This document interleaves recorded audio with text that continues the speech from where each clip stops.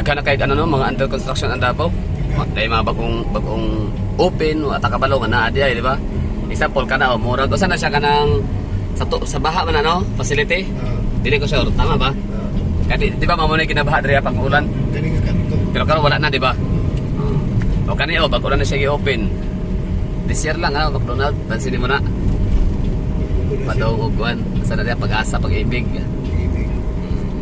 Esperanza. Di ba? Drive-thru. Grabe na drive-thru sa kuan, Davao. Pati kani kuan, Rosbig Shop, drive-thru. Dunkin Donut, drive-thru. Pati ka ng pit shop, drive-thru. Kana Pizza Pares, ano ba? Sa May Laverna corner. At mang sa Tibokyo. Pila na kayo sa drive ko ya? 14. Diba? Sa imuhang 14 years ato balikan tong sa ngayar na. So 2010 ka nag-start taxi driver. O diba? Pansin mo lahi agad no?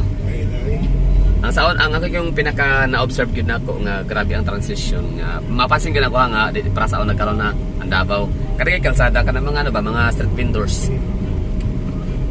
Kani saon na wala pa man ni sidewalk. Namin mga tindahan may mga nagbarong-barong anagot, gatindog-tindog mga balay-balay. O karon wala na kay makita ang mga shops nga gagmay, di ba? So, boom gud ang Davao no. Booming baga ano siya ba? Di kay na mapapansin sa kadako manggot kalapad pod. Kung gamay lang na siya nga syudad sa kanang isa po ng murag ato ibutang syudad kanang downtown area. Mapansin gid mo, di ba? Kung sa itong mga bagong building, sa itong mga bagong mga development. Kay gamay man, karo kay napad man, kailangan mo gyud libuton ang ang Davao. Ilang downtown ang naay mga kwan, mga development projects pati buhangin, di ba? Oh. Sundo Hotel. O kani na Santa Lucia Mall. Kani. Mapit na siya mag-open. First ever Santa Lucia Mall sa Mindanao. O ana Jollibee. Wala man sa una, Palahiban, shortcut na paingon ba sa unang komunal. Kani karaan ang kaya siya nga building. Kanin ano, Jose Maria College, Jose Maria day. Asa na kaski bolero no? Isa dalawa tao. Oo, di. Basta na kay kwarta. Hindi daw basta. Nagbabis Davao. Labi na kay Nas Davao siya dito. So, okay ang Davao siya ha. May problema. Anyway, so grabe ka no? Abot ka no sa mga abrehan ng ano, Tolayaw. Basta ka brehada pero para sa estudyante lang no? Estudyante na sa dire. Abot pa sa bot open na siya. Okay na lang. Pero ilahan na saraduhan pag may klase yun sa ba no? Pag tinggawas na sa mga bata, Bago na pagamit. tsaka nila paggamit. Kung sa man ang bagong letter W na po, Walter Mart. Magpupunta.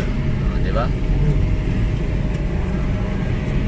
Daming bago sa Davao City. 7-Eleven. Ayan ang Kibuloy Kingdom. Waxis. Okay, bagong open lang no? Di ba siya McDonald dati? Ay wait lang, McDonald yata siya dati. Sama to? Bangga. Ani ka itong school ko. Stadium. Buloy. Kasi na open Uy, open na Grabe na ko na. So, ito yung LPU, di ba? LPU. So, try natin pasukin. Daanan lang kasi di pa napunta dyan.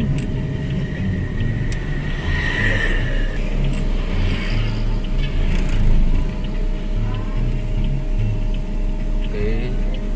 LPU. Daming dito pala na area daming ng mga bagong mga civil na building tsaka mga under construction. O LPU Davao, bago lang yan. Condominium residences. Come home to our world-life balance. LPU Davao. Wala akong ka-idea, wala akong masabing mga anong tawag sa mga buildings na under construction dito. So ito na siya yung school, no? O kasi may flag, LPU. Ito na yung LPU, no? Ganda. Ito pala yun. So ito na yung LPU Davao. Tapos authorized naman yung ano tawag nito National University sa may SC Nicoland. Yan, bago din yun, no? Tapos sunod daw Lasal.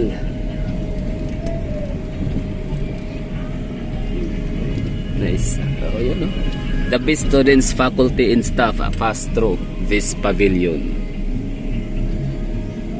Ito na yung school nila. Ganda pala.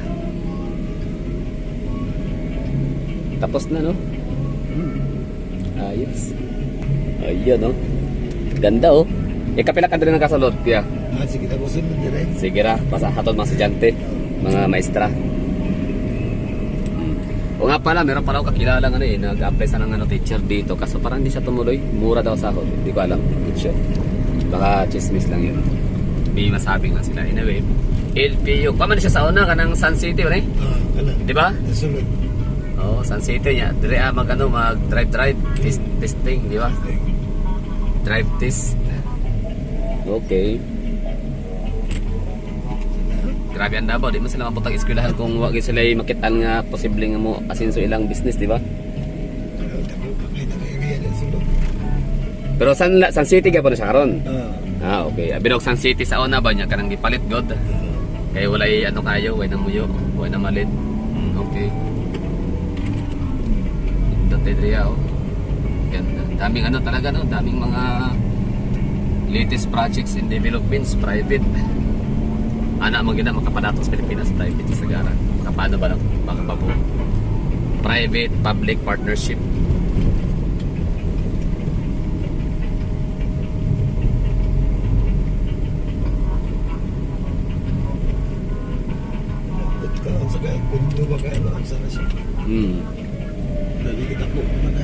Condominium na siya. Condominium in residences. Okay, kita kage.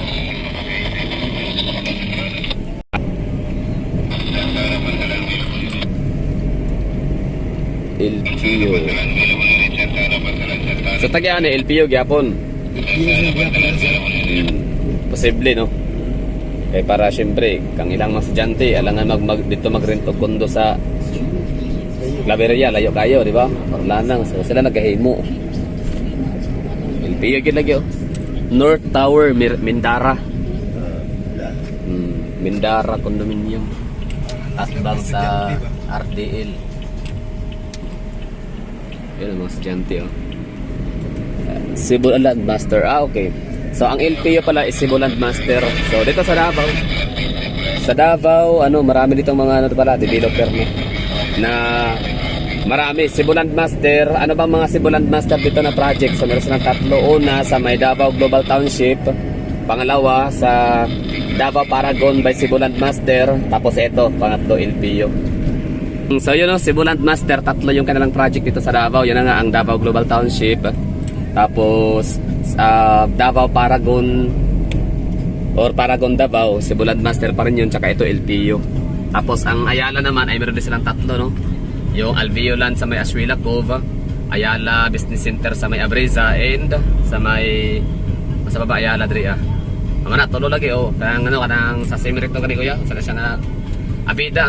Ano nilang ilahang project.